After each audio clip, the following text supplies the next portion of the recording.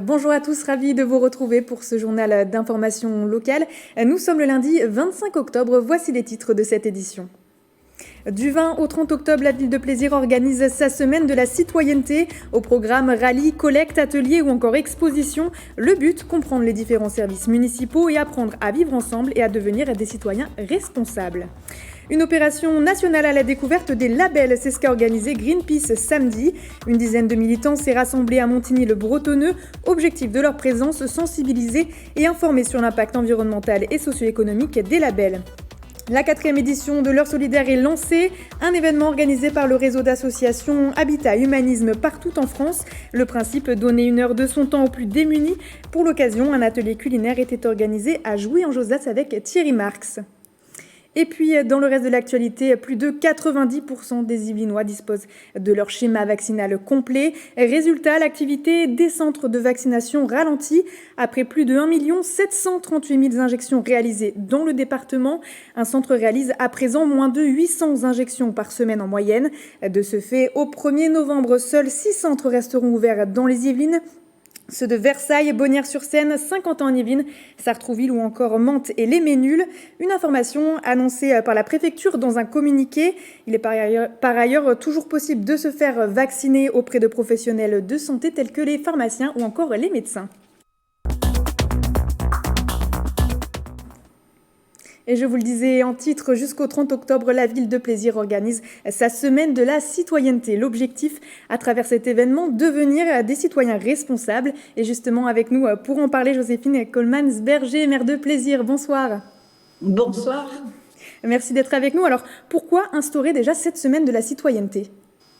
Écoutez, déjà, parce que je pense qu'une collectivité, une ville, mais même un pays, c'est un endroit où l'on vit, c'est un endroit où on partage avec les autres. Et il nous semblait important, par rapport à ce qui se passe en ce moment, on a pu voir même, je dirais dans la presse, les problématiques que les gens vivent.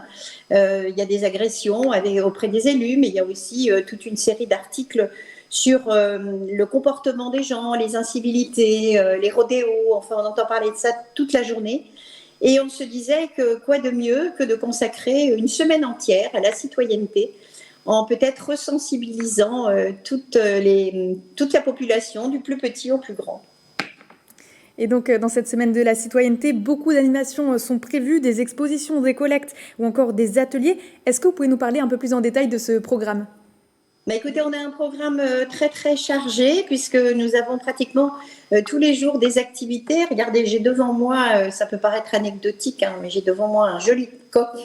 Nous en avons fourni à la fois aux enfants et aux adultes qui sont venus chercher ces coqs pour les décorer et les mettre dans les vitrines des commerçants. Alors vous me direz, c'est peut-être plus gadget. Mais on a surtout des rencontres avec la police municipale, mais nationale également, pour faire toute une série d'animations auprès des jeunes, pour leur montrer comment on doit, par exemple, se servir avec sécurité d'un vélo sur la route et partager ça avec les voitures. Et puis les trottinettes, on a ça. Vous avez pu aussi constater peut-être, en tout cas, une grande campagne que nous avons mise en place sur la ville, une campagne un peu trash. On m'a dit, oh, Madame le maire, quand même, elle est un peu trash, votre campagne, parce qu'on a eu des inscriptions un petit peu fortes sur « mais tu l'as eu où, ton permis ?» ou bien merci pour les crottes, excusez-moi d'employer. Mais c'est notre campagne. C'est pour un petit peu marquer aussi les habitants en leur disant, vous voyez, la semaine de la citoyenneté, oui, c'est un titre, mais c'est pas que ça. C'est aussi des actions autour, je dirais, du comportement de tous les jours. On a aussi notre Marianne, la Marianne qui représente notre République française.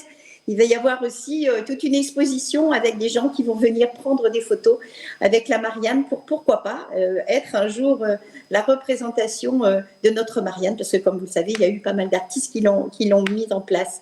Il y aura aussi toute une distribution de vêtements pour des jeunes ados avec des partages, avec 2 associations, Plaisir Vestiaire, qui va aussi participer à ça.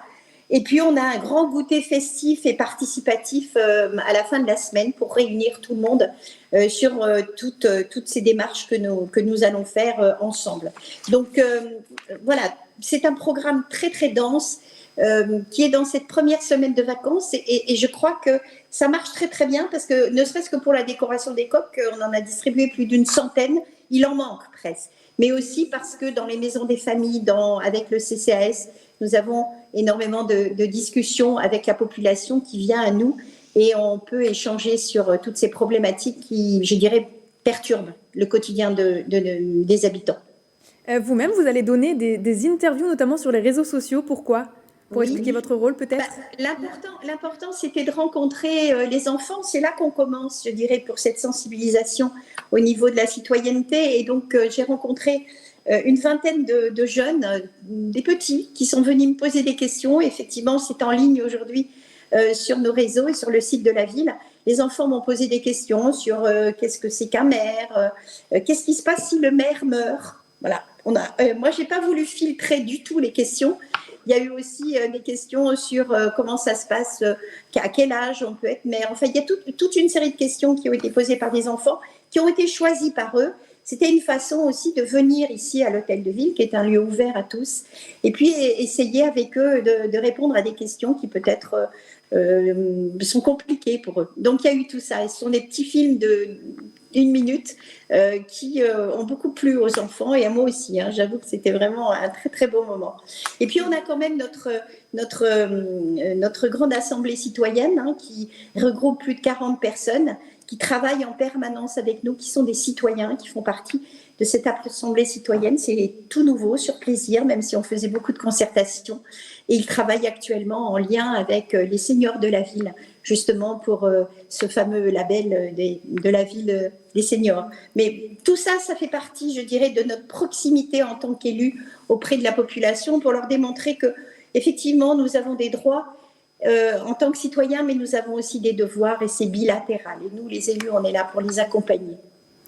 Vous en parliez déjà tout à l'heure dans le programme, mais il y aura donc un mur des incivilités et un atelier graphe qui sont prévus pour s'exprimer, notamment, vous le disiez, sur les dégradations, les déjections canines, les déchets, donc le respect et le non-respect d'autrui. Est-ce qu'il s'agit plus de prévention ? Ce sont des choses qu'on rencontre régulièrement sur la commune de Plaisir et c'est pour ça qu'on essaye de lutter contre. Je ne pense pas qu'on rencontre ça plus sur notre commune que sur une autre commune, puisque pour échanger avec les maires, ne serait-ce que de l'agglomération, mais également du département, je m'aperçois que ce lâcher prise, un petit peu des incivilités, des papiers lâchés, des mégots un peu partout, ou des petites déjections canines que l'on trouve aussi un peu partout, ça fait partie malheureusement de notre quotidien. Mais parfois, il faut un peu choquer, choquer dans le bon sens du terme. Mais le graphe, par exemple... Je vous avoue que sur la ville de Plaisir, on n'a pas tellement de graphes sauvages sur cette collectivité. On a fait d'ailleurs depuis très très longtemps, au niveau des dessins et des graphes sur les murs, on en a fait plutôt de l'art. Puisque comme vous le savez, dans le quartier du Valibou, nous avons des fresques monumentales qui ont été faites aussi en collaboration avec les élus. Et on a aussi un graffeur qui travaille avec nos jeunes de la ville pour pouvoir justement exprimer de l'art sur les murs, plutôt que des graphes sauvages. Mais on n'en a pas trop parce qu'on a mis en place aussi une réaction immédiate, c'est-à-dire que dès qu'il y a un graphe, on l'efface tout de suite pour justement ne pas attirer d'autres graphes. Mais c'est plutôt pour accompagner cela d'une façon artistique et citoyenne. Vous l'aurez compris, donc une semaine de la citoyenneté pour faire ressortir les valeurs citoyennes. Plus d'informations sur le site de la mairie qui s'est affiché en bas de l'écran. Merci beaucoup Madame Coleman-Sberger, Joséphine Coleman-Sberger d'avoir été avec nous, maire de la commune de Plaisir. Merci à vous, merci infiniment et venez nombreux. Merci. Avec plaisir. Et on reste sur la semaine de la citoyenneté de Plaisir. C'est peut-être la collectivité locale la plus connue, c'est la mairie. Qu'elle soit celle d'une petite ou d'une grande commune, la mairie a de nombreuses compétences, sécurité, action sociale, santé ou encore enfance-jeunesse. Je vous propose de faire un tour d'horizon de ces compétences avec Mélanie Poquet.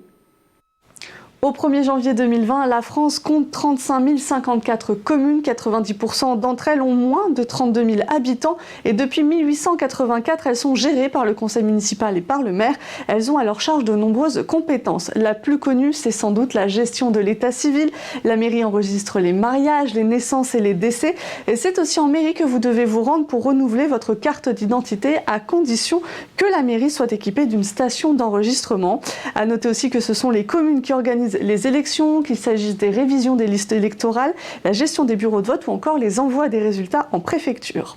La commune a aussi compétence en matière de sécurité. Le maire est le garant de l'ordre public. Il doit assurer le bon ordre, la tranquillité et la salubrité publique. Il est aidé par la police municipale ou les gardes champêtres quand il s'agit d'une zone rurale. Il exerce ses pouvoirs sous le contrôle administratif du préfet et du tribunal administratif. Du côté de l'enseignement primaire, la ville est propriétaire des locaux des écoles publiques établies sur son territoire, c'est-à-dire qu'elle en assure la construction, les grandes réparations, mais aussi leur entretien. Elle organise la restauration scolaire, dont elle fixe la participation financière des familles. Elle gère aussi les personnels non enseignants comme les ATSEM. Peut-être un peu moins connue la compétence liée à l'urbanisme. La commune élabore le plan local d'urbanisme, le fameux PLU. La commune peut par exemple décider d'empêcher des constructions pour des raisons architecturales, historiques, et elle délivre aussi les permis de conduire. Voilà, une petite liste non exhaustive de compétences de la mairie. Une journée de mobilisation nationale pour Greenpeace. Samedi, à l'entrée du centre commercial de Saint-Quentin-en-Yvelines à Montigny-le-Bretonneux, des membres du groupe local Greenpeace Versailles ont organisé une animation. Objectif, sensibiliser et informer la population sur les labels. Un reportage de Nicolas Dandry. Une roue des labels, voilà l'activité proposée par Greenpeace, que ce soit la case agriculture biologique, appellation d'origine protégée ou label rouge, tous ont des caractéristiques particulières. Aujourd'hui, l'objectif, c'est de sensibiliser et d'informer la population sur ces critères parce qu'aujourd'hui, il existe un flou sur les labels. Un label, une garantie sur l'origine, la qualité, les méthodes de production ou encore les caractéristiques sociales et environnementales d'un produit alimentaire. À l'origine de cette journée de sensibilisation, une étude sur 11 labels. Les critères socio-économiques et environnementaux à partir des cahiers des charges ont été analysés par Greenpeace. Le label rouge volaille, il protège un peu l'environnement et il protège bien les travailleurs, il protège bien les consommateurs. Ah ouais. Voilà. Par contre, le label rouge porc, non, c'est un cahier des charges qui est un peu vide. On a par exemple on a le label rouge du porc qui est assez, qui est très mal par rapport à son impact environnemental et socio-économique. De temps en temps, c'est un peu compliqué de s'y retrouver parce qu'il y a tellement de labels que des fois on se dit à quel label prendre, lequel est le mieux pour notre santé, pour l'environnement. Et c'est vrai qu'on a un peu de mal à s'y retrouver de temps en temps, c'est vrai que c'est assez compliqué. D'après un sondage LSA de mars 2021, 80% des Français interrogés ont déclaré chercher régulièrement des informations sur le lieu d'origine du produit. Et jusqu'au 31 octobre, l'association Habitat et Humanisme lance la 4e édition de l'heure solidaire. Personnalités, tout public et entreprises sont invités à donner 1 heure en don ou de leur temps pour les plus démunis. Pour l'occasion, Thierry Marx organisait un atelier culinaire à Jouy-en-Josas. Le reportage de Célia Gatsongo et Michael Midoro. Une personnalité qui donne 1 heure de son temps pour faire partager son métier avec les plus démunis. L'association Habitat et Humanisme a organisé un atelier culinaire à la pension de famille de Jouy-en-Josas en présence de Thierry Marx. J'essaye de partager ma passion et finalement l'écoute est là et les échanges deviennent passionnants. La recette du jour, pain d'épices aux pommes rôties, elle avait été élaborée à Paris-Saclay pour le premier repas de Thomas Pesquet dans l'espace. Objectif, apprendre à travailler les produits et ne pas les surdoser. J'aimerais qu'ils refassent mes recettes et ceux qui comprennent la philosophie de la recette, c'est-à-dire de ne pas gâcher les produits qui nous sont donnés et ne pas perdre 30% d'une orange ou de ne pas perdre 30% d'une pomme parce qu'on croit que c'est des déchets or que c'est des coproduits. Et je vais cuire en gradient descendant. Ça faisait peur. Non, en fait, je vais cuire vite et je vais faire descendre. À l'occasion du passage à l'heure d'hiver qui a lieu ce dimanche 31 octobre, la 4e édition de l'heure solidaire a pour but de lutter contre l'exclusion et l'isolement des personnes en difficulté. L'objectif auprès des personnes qui ont participé, c'est leur donner un moment de détente, de leur donner l'occasion aussi d'écouter et d'apprendre par la voix d'un grand chef ce qu'ils peuvent faire. Au total, une 30aine de personnes étaient présentes pour suivre le cours de cuisine des résidents de la pension de famille et des locataires des appartements d'habitat et humanisme. Thierry Marx était quelqu'un de très professionnel, de très accueillant et très avenant. Il nous a bien expliqué comment en fait il procédait pour faire ses cuisines gastronomiques. J'ai appris des choses que je connaissais un petit peu aussi. Comment faire par réduction de jus là, avec les fruits, très intéressant, ce que je ferai bientôt. Toute personne peut participer à cette opération via la plateforme heuresolidaire.org en faisant un don d'argent ou bien de temps en s'inscrivant aux ateliers bénévolat proposés par l'association. Côté sport, le tennisman Arthur Rinderknecht représentera la France lors de la Coupe Davis. La phase finale se déroule du 25 novembre au 5 décembre. Sélectionné par Sébastien Grosjean, capitaine de l'équipe de France, le 65e joueur mondial a gagné plus de 50 matchs cette saison. Il sera présent en Autriche aux côtés d'Hugo Humbert, Richard Gasquet, Pierre-Hugues Herbert et Nicolas Mahut pour disputer les matchs de poule. La France affrontera la Grande-Bretagne et la République tchèque. Et depuis quelques années, golfeurs débutants ou plus confirmés se rassemblent lors de la Golf Experience. Une fois par an, des activités en nocturne sont proposées pour les petits et pour les plus grands. Retour sur l'édition 2021 qui avait lieu au Golf National de Saint-Quentin-en-Yvelines ce vendredi 22 octobre. Le reportage de Michael Elmidoro et Bichente Mérien Santisteban. Non, j'en avais pas déjà fait, mais oui, j'aime bien. Des initiations pour découvrir le golf. Au fur et à mesure que la nuit est tombée, le practice de l'oiselet du golf national de Saint-Quentin en Yvelines s'est rempli pour la Golf Experience. Quand ma mère elle m'a dit qu'il y avait un truc de golf, je me suis dit c'est l'occasion d'essayer. Là j'ai essayé et j'aime beaucoup. L'objectif c'est de venir entre amis, en famille. Les familles ou les amis qui sont débutants vont pouvoir s'amuser avec un espace dédié aux enfants, différents ateliers. On a des bénévoles qui encadrent différents ateliers où on va décomposer les différents coups. Et comme ça, le débutant va pouvoir, au travers de la soirée, découvrir les différentes facettes du golf. Que ce soit du putting, du long jeu sur le practice ou des exercices d'approche. Pour les joueurs les plus confirmés, des outils d'analyse de swing, un concours et un parcours insolite en nocturne avec des balles phosphorescentes. C'est une première, donc c'est un parcours de nuit. On n'a jamais tapé de nuit et ça change quand même beaucoup. Les impressions sont plus les mêmes. Et le parcours, on va le découvrir. Je crois qu'il y a 3 trous. J'espère qu'on va s'améliorer au fil des trous. Après une précédente édition au Golf Isabella de Plaisir et une future au Blue Green de l'île de loisirs de Saint-Quentin-en-Yvelines, la Golf Experience devient un rendez-vous récurrent du territoire. C'est un rendez-vous récurrent et il est d'autant plus important cette année que nous sommes à 3 ans maintenant des Jeux Olympiques de Paris 2024 et qu'à Saint-Quentin-en-Yvelines, nous accueillerons la compétition de golf de Paris 2024 ici tout à côté sur le Golf National. Ce que l'on veut montrer aujourd'hui, c'est que le golf, c'est accessible à tous, y compris pour des petits budgets. Il faut casser ces images qui sont d'une autre époque. Plus de 300 personnes se sont rendues à l'événement de ce vendredi 22 octobre. L'organisation a même dû ajouter un second parcours en nocturne en raison des nombreuses demandes sur l'activité. Et pour plus d'informations sportives, retrouvez le 7-8 Sport présenté par Michael Elmidoro juste après ce journal. Et après 10 ans de travaux, la Maison Zola rouvre ses portes au public. L'occasion d'inaugurer le premier musée permanent consacré à l'affaire Dreyfus. Il sera implanté dans une dépendance de la propriété acquise par l'écrivain en 1878. Un lieu symbolique, 2 personnages liés de leur vivant. Alfred Dreyfus, officier victime d'une machination judiciaire et antisémite en 1894. Et puis Émile Zola, écrivain engagé dans l'affaire, auteur du célèbre article « J'accuse ».